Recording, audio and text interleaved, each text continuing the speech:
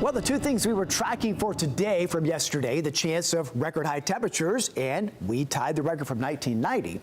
And now we move forward and talk about the chance for scattered storms this evening, which keeps us weather alert, especially as you'll see on radar, this leading edge of that line. It's overall a low severe chance, but again, all modes are possible. The highest threat levels for that are damaging wind gusts, heavy downpours, and a low end tornado risk, especially early evening on that leading edge of that line. We'll talk about severe storms for the evening, and then overnight kind of shift gears as more of heavy downpours.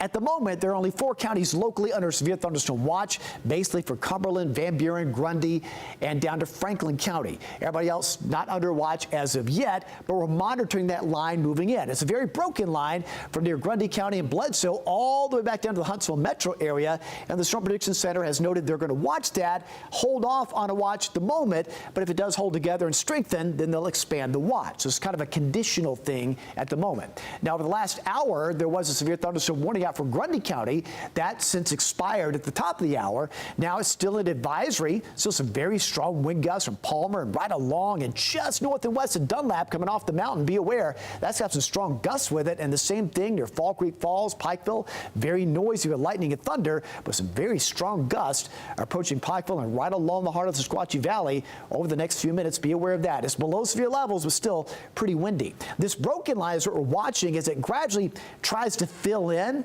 and that's going to represent the best chance for severe storms gradually over the next several hours as it presses to the east. Behind this is primarily rain, occasional lightning and thunder overnight, but not the severe threat this possesses as it's feeding off all that warm, humid air that we've had today. Farther south, there's an area of low pressure down over Louisiana that's going to take a larger, more widespread chance of severe storms down over the Gulf states. It may rob some of the energy for us. So higher risk factor down here, at least more widespread, and for us, not quite as much, primarily during the evening. So future track does show between now 8 o'clock, that line just to our west kind of fills in a bit. So again, we'll keep an eye through 8 o'clock, potentially for some strong gusts in that leading edge. But notice by 10:30, that leading edge is pressing eastward fairly rapidly. It represents the best chance of that upper level energy and the chance for something severe.